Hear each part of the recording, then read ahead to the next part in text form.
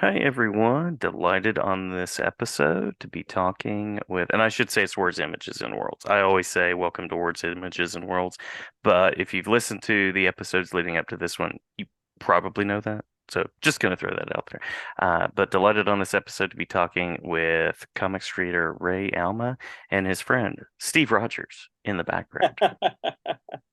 Very, yeah, very proud of my cardboard cutout that I found at a flea market for $5. They That's a good usually go, buy. yeah, I think they retailed for like 30, but they're hard to find now. So they're usually a lot more. So and it became something good during the pandemic when we had a Zoom. It became a good background to like block dirty laundry and stuff. Hmm. In the Hmm. background, and people were like, "Oh, is that some kind of weird filter?" I'm like, "No, it's a big cardboard thing standing there." Scares the crap out of my wife because she'll walk by and she just sees like the silhouette. And she always forgets that there's a shield slinging Captain America in the room. He's just there to protect against Yeah, all yeah. It kind of the looks like he's invading attacking laundry. from the angle. It works. It works. Well, you are known for caricatures, for a particular art style, and for a book called Mad, and your contributions there. And there's also a project that you work on called Inkwell Foundation that Yeah, I think we should talk about at some point during the conversation as well. yeah. I'm very proud of the volunteer work I've done. I've I've been very busy over the course of my career doing a lot of work for free, which is what I professional artists should not do. But these are for good causes. The Inkwell is an organization of cartoonists and animators who volunteer their time to go draw for children in hospitals. I've been doing that for a number of years, and also stuff through the National Cartoonist Society, where we did volunteer work for the USO, which has been amazing. Nice, nice, yeah.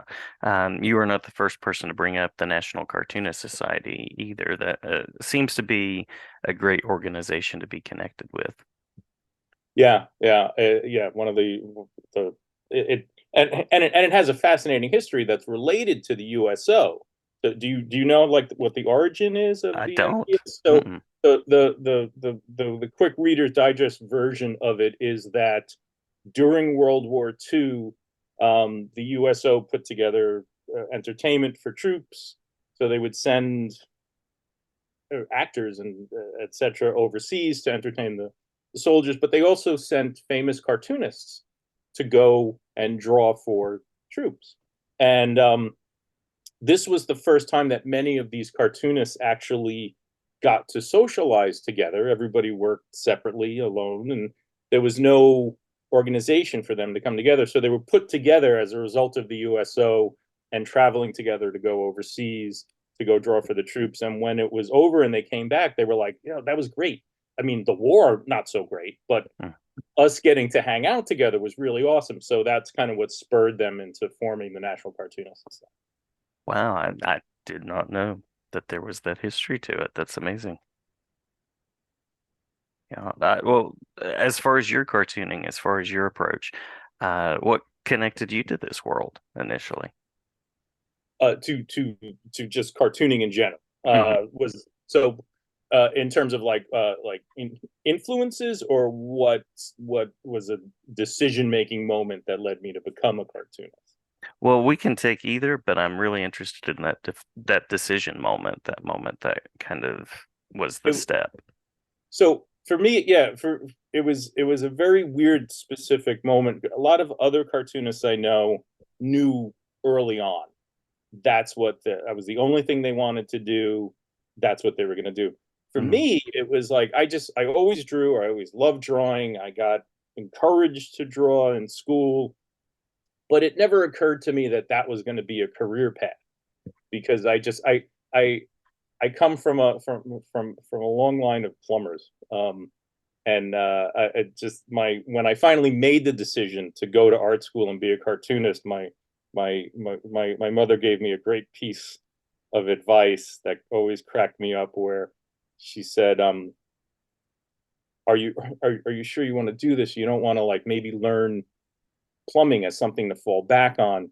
she's like, people might not always want cartoons, but they are always going to need a place to shit.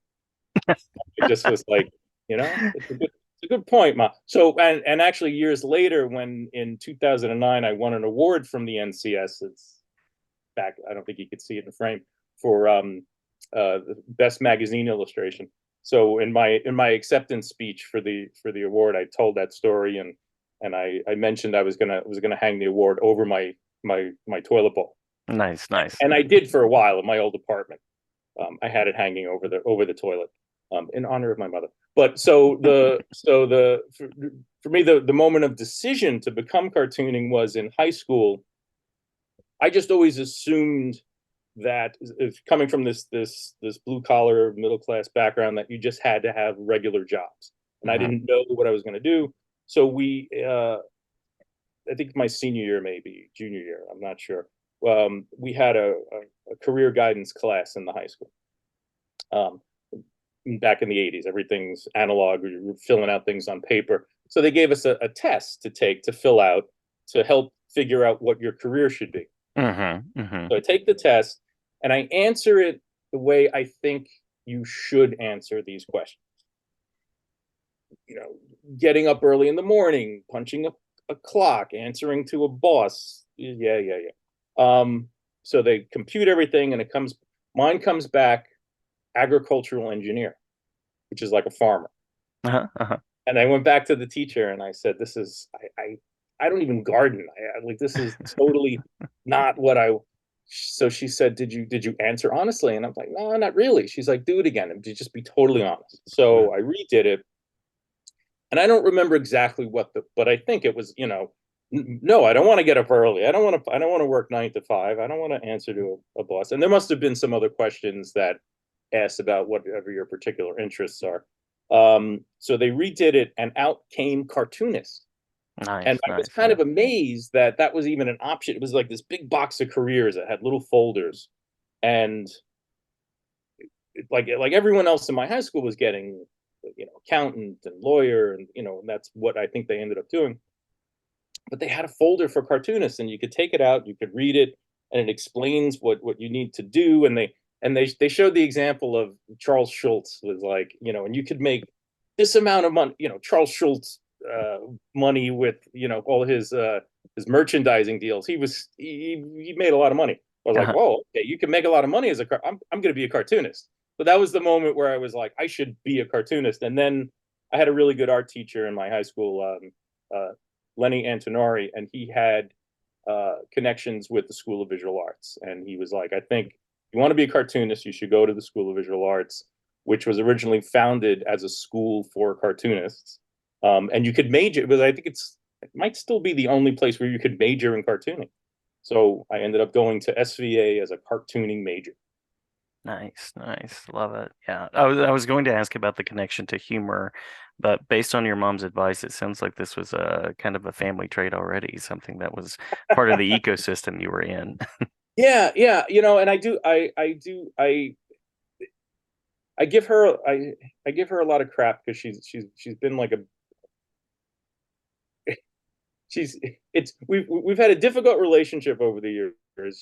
She's still with us, um, but I owe her a lot in regard to the fact that she was influential in a couple of other key ways early on for me, where she had copies of early Mad magazines when they were still the black and white magazines, that found their way into my hands at a really young age. So one of my earliest memories of picking up of like a picture book and looking at it was Mad Magazine number 25, that Mm-hmm. had a reprint of a Thomas Nast cartoon of Boss Tweed from, like, the 1800s, and it was this really scary but beautifully intricate ink drawing that terrified me but fascinated me at the same time. And then within the magazine, these beautiful illustrations by Will Elder and Wally Wood, and I was so fascinated by this whole world that this magazine opened up to me, that she just kind of like tossed to me. And then the other thing was that she had a very they they were in the 70s. you could subscribe to these book series, these Time Life book series that Hmm. they would get mailed to the house. And God bless her, she really encouraged my brother and I to read and learn as much as possible as we were growing up. So we got these books, and it was these books about the history of the U.S. presidency.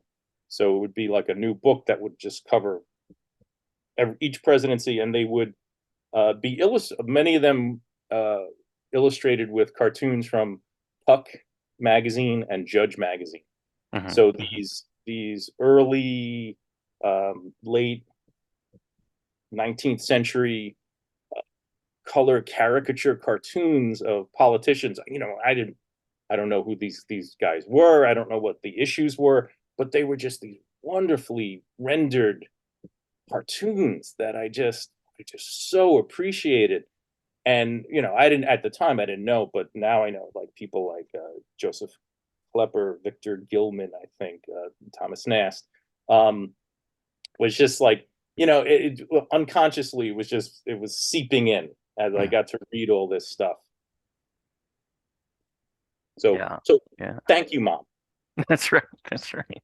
Well, and that um, leads really nicely into the next question, which is the path to Mad and your experience working for Mad Magazine. Yeah. So um, after the initial influence of those early black and white magazines, it time passes, and then as I as I as a kid, you get handed like $1 and told you can go to the candy store and buy comic books. And I bought a lot of superhero comics. Obviously, I'm big into superheroes. Love that.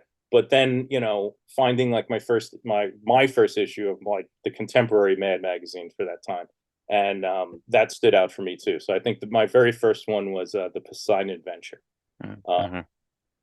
and it was notable for like not having Alfred on the cover, at least his face. I think it's his feet sticking out of a the life tube, and the ship sinking in the background, and it just was like, oh, what is this?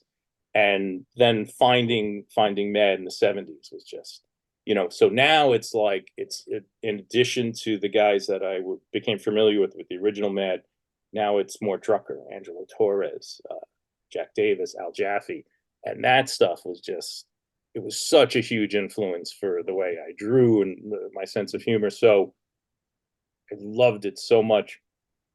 I got to so it was always kind of a goal for me eventually when I became a cartoonist, was to maybe do that. But then so just backtrack a little bit. So I'm in SVA, majoring in cartooning, but still kind of not focused as to where to go within cartooning, because you could become a gag cartoonist, you could become a comic strip artist, you could become a superhero artist, you can go into animation, and I really wasn't sure where any of that led. And I became very lucky that in my senior year, um, I had a great class with it was the class of learning to caricature with Sam Viviano, who's a Mm-hmm. great friend who eventually became the art director for Mad Magazine.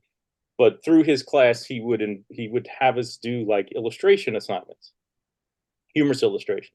So he had the art director for Field and Stream magazine come in, Victor Closey, to look over the stuff that we did. And I think I'd done a caricature of Bruce Springsteen that I think it got like an applause from the class. And Victor Closey was like, "This is good." Like he had no notes. He's like, this could be published at the as is. And then a couple of weeks later, before I graduated, I was contacted and got an assignment to do a humorous illustration for this magazine, Nice. for Field and Stream in 1987. So that really kind of influenced me, kind of focusing now as a humorous illustrator. And I got that title from Nick Meglin, had a book called Humorous Illustration, because I Hmm. didn't know what to call myself. It wasn't quite cartooning; it was more illustration, but it was humorous illustration. So that's what kind of led me into Mad Magazine, was being this humorous illustrator. So it was a little more than cartooning, and it involved a lot of being able to color and paint. So I was kind of self-taught a little bit when it came to the coloring and the painting. Mm. The SVA cartooning classes were very focused on black and white, learning how to do the ink work. But I was able to Gotcha. master this kind of watercolor technique, and so that led to uh, my path to Mad, which wasn't completely smooth and direct. So I had started doing humorous illustration before I graduated, but I still needed some kind of part-time job. Hmm. I Hmm. wasn't able to live off the humorous illustration. So once I graduated, I got a part-time job as an administrative assistant at the Society of Illustrators in New York City, the Museum of American Illustration. Thinking like, well, this is a place to make connections, to network, as well as to get some pay. And I met the people from Mad. Nick Meglin would once a week bring all of the freelancers that had come in and the staff to lunch at Mad. So I got to meet them, and which is very exciting. Meeting now getting to meet Jack Davis, meeting Sergio Aragones. Have a it doesn't help for a podcast, but for the video, Yeah, very this is cool. on like a Society of Illustrators uh little pad, like, and I just handed it to Sergio, asking him just for an autograph, and he just whips out this great little this whole little finished illustration. And it was so heartwarming too, that they were just the nicest guys. They like they say, don't meet your heroes, but the humor heroes are just wonderful, so Yeah. warm and encouraging. Jack Davis is like, like you meet him, and he was like, he'd be like, oh, if you're ever in Georgia, let me know. You can come stay with me. And it didn't sound like BS, like just Yeah. like really meant. But anyway, so I remember like kind of pitching myself to Nick Meglin, who was the editor, one of the editors at the time at Mad, showing him my work, and he's like, okay, this is nice. This is, you got a ways to go, but okay. But nothing really was clicking yet. They weren't hiring it. And it was through another former teacher of mine at SVA, Joe Orlando, who Mm. was like a very big name in EC Comics and DC Comics. So Mad and DC had kind of merged at this point, and Joe, because of his history with Mad, was now kind of running like a art recruitment. I think for DC in general, but kind of Mad specifically. And he approached me in 1996, like, he's like, I have good news. He calls me up. He's like, I have good news and bad news. He's like, the good news is we want to give you a piece to do for Mad Magazine. Bad news is it's a 5-page piece, Hmm. and normally you'd have about a week per page, so you'd have about 5 weeks to do it, but it's a rush job, so we need it in 3 weeks. So do you, and you're not going to say no. Yeah. So I did it, and I turned it in on time, but there were production problems. Like there was some of the, uh, I think some of the proportions of my panels were like, I heard it gave production huge headaches to try to fit my art in with the word balloons. Hmm. So Mad didn't use me again for like 3 years. They were like kind of pissed at me after that. In the meantime, though, at the society, I had still been freelance, working at the Society of Illustrators, and they came to me at a certain point and said, "We really like you, and we need your position to be a full-time position, and we would offer it to you. But if you're interested in being a freelancer, you should do that. Hmm. You should do that full time." I was nervous, because I wasn't getting work completely steady, but I had the advantage of still living in my mother's house. Again, thank you, Mom. And so I made the choice to just quit the society and go full time freelance. And lo and behold, I was able to start to get more regular work through magazines mainly. And then Mad started uh, after the debacle in '96. In 1999, they I don't know if they just kind of forgot how much they were annoyed by the first job I turned in, but they came back to me and was like, do you want to try again? And I said yes, and that one went much smoother. And so after '99, I was fairly regular in the magazine, which was very exciting. The thing you grow up with, now you're Hmm. part of. And I'll never forget one of the issues. I remember opening up, and there's my piece, and on the next page is like more trucker. So like more truck. So just the idea of like when you close the magazine, my piece was like up against more truckers' piece. It was just so cool. Yeah, yeah. And then another weird, like kind of exciting and weird aspect about being in Mad Magazine was um, it's printed all over the world. Hmm. And I remember going up to the offices one day to drop off some art, and there's a pile of the foreign Mads in. By this time, Sam Viviano's the art director. I think it's on in Sam's office.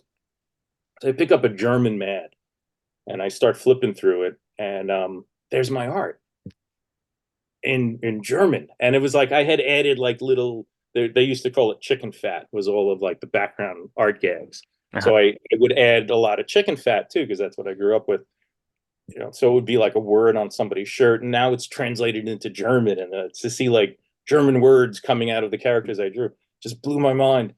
And I remember asking Sam, I'm like, "Hey, do I get more money for this?" And he laughed and he laughed, and when he was done laughing, he's like, "You know, this was all work for hire, so you don't." You don't get they could reprint it till forever, and you don't get any extra compensation. But um, I did, as an artist, I appreciated the concept of the fact that my art was now around the world, Yeah. and that there's some German kid, looking at my drawings and getting warped by it the way I was warped by the magazine when I was a kid. So artistically, it's very fulfilling to know that work that you've done is being seen by such a wide audience. Yeah, definitely. Definitely. And I was gonna ask about some of those best experiences and some of the work that you've done. So this might be a good time to mention Inkwell and the inspiration there that you're exploring.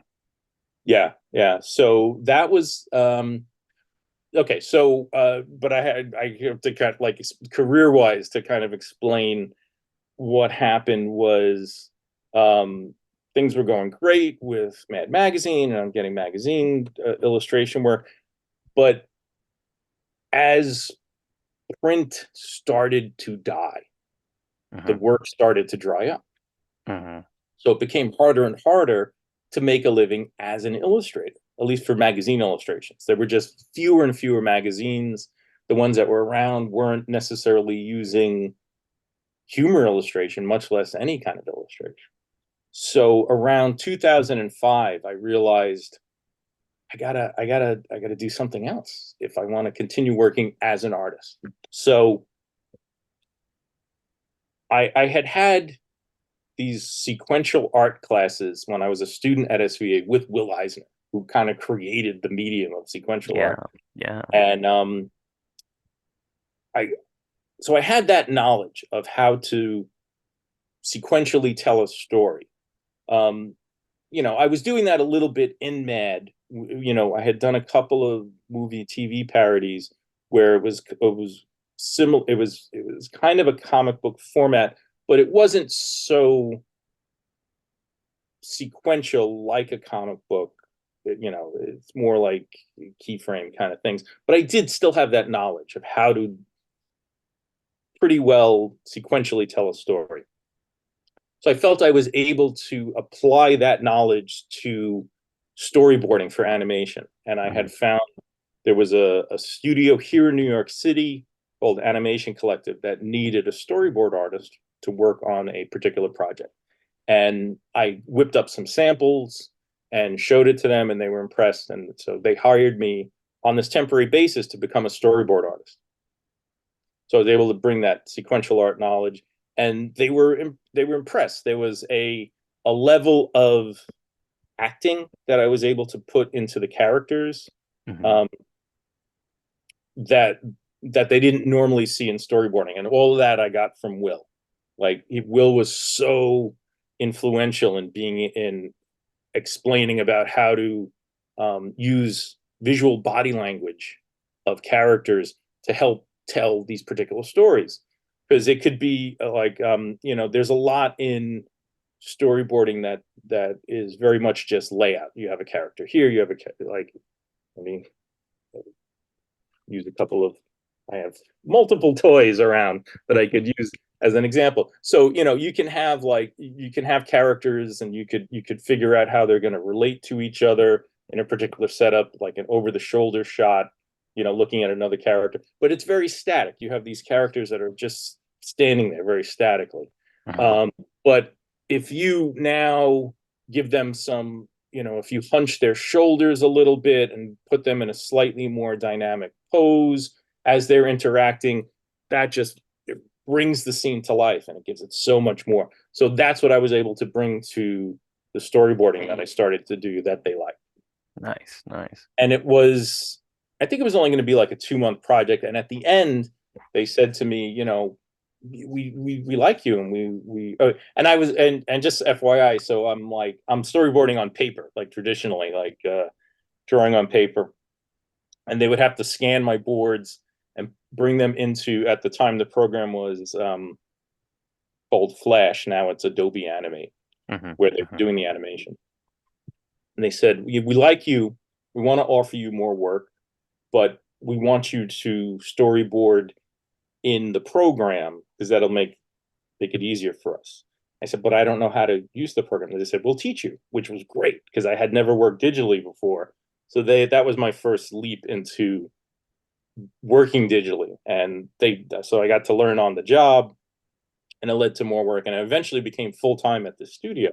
So at this studio now, and just as another aside, like, it was such in a way, it was kind of like this culture shock, going from years as a freelancer, as a freelance humorous illustrator, working alone in a studio.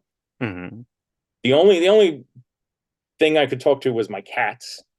Um, and then you now are working in an animation studio, and you're surrounded by like a lot of people. So it was weird learning. It was like you almost had to relearn how to talk. Like I think like the first few days there, I was talking very loud because I wasn't sure how to modulate my voice in a normal conversation. But you eventually get acclimated to it, and then it's like this wonderful, like, creative environment where you're surrounded by like-minded people who like the same things you do, and are all, we're all kind of working together, and they inspire you. So working in a studio was like a really cool experience. The only it's like the nice thing about working home alone is you can work without pants. At a Hmm. studio, Hmm. you have to wear pants. So yeah, give and take. But anyway, so Nice, nice. at working at the studio, to go back to your original question, like a half hour ago, at the studio, I got to meet one of the editors, Elizabeth Winter, and she was putting together this group called the Inkwell. As a child, she had a medical procedure, and she had to go into the hospital. She had to stay in the hospital for a couple of days, and she was terrified. She was alone, and she found it a very traumatic experience. Hmm. So she wanted to do something that was going to alleviate that experience for kids today. And she thought, one of the ways that could help that would be to have cartoonists and animators come in and draw for the kids to just keep them entertained. So she created this Inkwell Foundation, and she had sent out a memo in the studio. I'm looking for volunteers. Is anybody interested? A bunch of us signed up, and we've been doing it for a long time now. And there's a number of different locations here in New York City we've gone to: Bellevue Hospital, Ronald McDonald House. Uh, Gilda's Club now has a different name. I think it's called the Red Door Society. The Gilda Radner group had founded it for families of people who were going through cancer. Um, there's a hospital here not far from where I live in Great Neck on Long Island, in Bayside, Queens, called St. Mary's Children's Hospital. So we've gone to these places and met these kids who are undergoing cancer treatment, or families, and it's been really rewarding. it's tough. It's really tough to see a kid who has no hair because Hmm. they've gone through chemotherapy. One of the earlier experiences at the St. Mary's place was we met a girl who had been burned over 90% of her body. She had really horrible. She had like no fingers left, and she had to wear was almost like a compression suit. So it was very traumatic. But Yeah. she had the best spirit, Hmm. and like you realize early on that these kids often don't know that they have a disability, or they don't know that something is wrong. Like this is they just adapt, and this is the life. So the little girl who was burned was just she was excited to, and she's like, can one of you draw me? And we were like, well, what do we? But one of our guys, Joe Vizzicelli, he did this little caricature of her, and she loved it. And we had like this was kind of before cell phones, smartphones where you could take the photos on the smartphone. We had like regular cameras, and she's like, can I take some pictures? And so we would like hold it for her, and she would like kind of click it. It was so Hmm. inspiring. Like a couple of our guys were too traumatized by the whole experience and decided not to come back. But for most of us, it's this kind of inspiration, like knowing that, because the one of the things about being a professional is that often you work in this vacuum, whether you're working alone in your studio or in a studio, and you're creating a product, and you don't often see the results of how that product is received. Hmm. Uh, Hmm. you're not there when they open the magazine, or you're not there when they click on the cartoon. You might get ratings later, or find out sales are good, but the that immediate confirmation of what you're doing by the reactions of the children as you're doing it right in front of them for them is amazing, and just so rewarding. Sometimes it's frustrating Hmm. because it's like you'll be because often most of us start out like it's like it'll be a light sketch that doesn't look like much, and like you'll have the kid looking, and they'll ask for Spider-Man, and you start sketching out the figure, and the kid's like, that doesn't look like Spider-Man, and they're so honest, that doesn't look like Spider. That's not good. That doesn't look until like you get to that point in the drawing where it starts to tighten up, and suddenly the kid's like, oh, okay, that looks like Spider-Man. And then when you hand it to them, it's just yeah, and we've the experience has been very similar with the USO stuff. Hmm. Hmm. That hasn't that's actually been about 10 years now, like at the height of not at the height, but as the war on terror was kind of winding down in Iraq and Afghanistan. Um, since those are now kind of really over, we haven't really done it in about 10 years. But it was that same kind of resilience that we saw with the wounded soldiers. Hmm. Um, these are guys who are gung ho, and they're used to, meeting challenges. So, you're brought into these hospitals because we went overseas. We went to Iraq, and we went to Afghanistan, and we drew on the bases. But also, we were at like Walter Reed Hospital in Washington D.C., and we met like the wounded soldiers to draw for them. And I'll never forget one guy. Like we were walking down a hallway to go to a room to draw for a bunch of guys, and a soldier was coming down the hallway in a prosthetic leg, and he said, "Oh, I hear one of you guys draw for Mad Magazine," and I'm like, "Yeah, that's me." He's like, "Oh, he's like, could you draw Alfred on my prosthetic leg?" And I'm like, okay, let's find a chair. So he's like, no, it's okay. And in the hallway, he leaned up and he just popped the leg off, and he handed it to me. And he's leaning there on one leg, and he's just waiting as I had to draw Alfred with a Sharpie on his prosthetic leg. Oh But wow. he's just balanced on the leg, and he's thrilled that I'm drawing Alfred. So these guys were just really amazing. Yeah. They're really cool. God bless them. Yeah, absolutely. Absolutely. Is I imagine there are web spaces where people can go to see more about that work, Inkwell and Yeah, uh yeah, the Inkwell definitely has a site. The USO stuff I'm not so sure about, but I know a lot of us who have done it have had blogs and shared stuff. So I'm sure if there's a Google search for USO cartoonists, they'll be able to find um, some of that. that work. But the ink, I forget the exact web address for the Inkwell, but it's the Inkwell Foundation. Uh, Yes. And we'll and link it. We'll link it, of okay, course. okay. So in terms of finding places online or in person where folks can connect with you, curious about that and curious about what currently has your creative attention. Yeah, I have a website, rayalma.com, which I'm horrible at updating. I think it's literally been like maybe 3 years since there's been anything new. Um, but the so to answer this other question about what I'm working on, so that's wrapping up soon. So I will probably have time then to update the website. So what I've been so since 2005, I have mostly gravitated away from illustration and gotten more and more involved in animation and storyboarding. So mostly for the last few years, it's been almost entirely storyboarding. So I've been lucky that I've been able to work for a studio that has office space in LA, Vancouver, and New York City, Titmouse Studio, Hmm. and they've been doing this reboot of Beavis and Butthead that is on Paramount Plus. So Hmm. I've been working on that, and that's so it's been interesting that like between Mad Magazine and Alfred E. Newman and now Beavis and Butthead, my whole career is kind of like bookended by stupidity.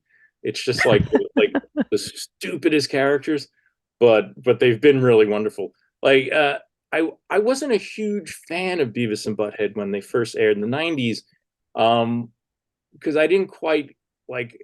I thought it was catering to the stupid people that embraced it so much, and it wasn't until I found out more recently that it was a satire of them, and the fact Hmm. that they did embrace it was not the was didn't seem to really be Mike Judge's intent.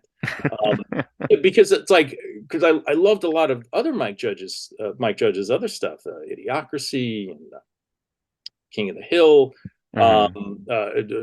Office Space. So that's I always wondered like why Beavis and Butthead was like what it was, and then now that I get the joke, I'm much more into it. And it's like it's interesting because sometimes artistically it's not a huge challenge because they have to be very on model, and Hmm. aside from a couple of moments of extreme explosion when they kick each other in the nuts or Corn Julio shows up, they're basically very static characters. So it's when you get to draw some of the peripheral characters that you have an opportunity to be a little um, more artistically challenged to do something more fun visually. Yeah, Um, yeah. so that's always like you're looking for moments where you can kind of do that to have something. I guess I have a very Looney Tunes sensibility. Like that's the stuff I loved growing up, the Chuck Jones stuff. So I always want to do that in animation, and often you can't do that. Like Hmm. a lot of modern animation is very story like joke based, like writing based. Hmm. Uh, they want the humor to come from the audio rather than the visuals more often than not. Um, in fact, I have a friend who storyboards on Family Guy who told me about how like they like to like they have a little freedom what they could do visually in terms of the what they're drawing. But when it comes to the punchline of the joke, they kind of want the characters to then almost freeze and be a little static so that the joke lands without it having to compete with the with Hmm. the visual competition. Um, I mean, I think they can both be integrated, but it Yeah. is. But it's been fun. Although it's like I don't get the benefits that I did early on in animation of getting to work with other people because of the pandemic. Now Hmm. I'm back to being alone, working in the studio, talking to my cat. Um, but we have Zoom, and so we have weekly meetings, and we do kind of communicate. And actually, because the studio that's doing the Beavis and Butthead is the L.A. Titmouse studio. It's not the New York studio. So I'm basically Uh, working with all the people in L.A., which is kind of cool. yeah. So I hope to do more storyboarding animation. Uh, in relation to that, though, my experience working in animation has led me to my other part-time career, which is as an art teacher. So Hmm. Hmm. I'm now back at my alma mater, School of Visual Arts, working in their animation department. So I teach like an introduction to storyboards, and I teach a gesture drawing class Nice. for animators. And the gesture drawing class is I bring so much of the stuff I learned from Will Eisner. And I've been doing that for a few years now, and that's been great. Like I like getting to know, like that's now my artistic social outlet. Getting to like hang out with my these future uh, professional artists. So it's like these art students, like, and they're really talented. They're really good. Um, I worry about them because of not knowing what the future is going to hold. It's a really weird time. This introduction of AI, Hmm. Hmm. um, has me furious, um, and I post about it on social media very very negatively, and I'm trying to take steps to kind of combat it on a more grassroots, boots on the ground level. Because these, I hear from the students that they're worried that there's not going to be work for them because of this technology that's coming out, and I worry about it too. I don't. Yeah. I What we do in animation, at least like storyboarding, I don't see that necessarily being too affected by AI, because there's so much give and take that you have to have with the writers and the directors. There's a lot of changes you have to do. Hmm. It's this, like, you don't just like I hear there's an AI program that you can put a script in and it could spit out a bunch of images. Hmm. Fine. But you need nuanced revisions to make the story better. You need Hmm. you can't just go with that first image, and that, like, AI can't really. Well, first of all, AI can't be copyrighted right now, so anything that they produce with it, there's limitations because they don't own it. And then, Hmm. like, they can't put it back in and say, change this guy's arm a little bit, or it's going to spit out a whole new thing. Yeah. So that's the thing about being a good storyboard artist, is being able to work with the director, the showrunner, and being able to tweak things as you go to meet their vision, and then to even offer ideas of your own about, like, maybe this, if we shoot it this way, because it's you're in this position of also kind of like being a director, where you're determining the visuals, and what you do with the camera can change how the story's being told. And so, which, Hmm. Hmm. I'm aside from being a toy fan and a comic book fan, like, I'm a film fan too. And one of the things I tell my students, my storyboarding students, is, like, don't just think of yourselves as animators, think of yourselves as filmmakers.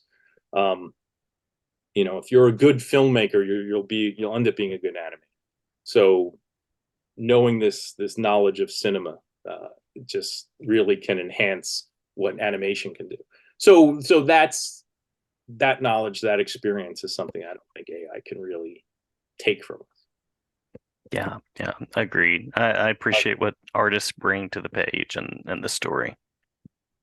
That's my pedestal that I'll climb off of right now. Oh, it's a good one. It is a good one. Yeah. So yeah, Well, so teaching, storyboarding,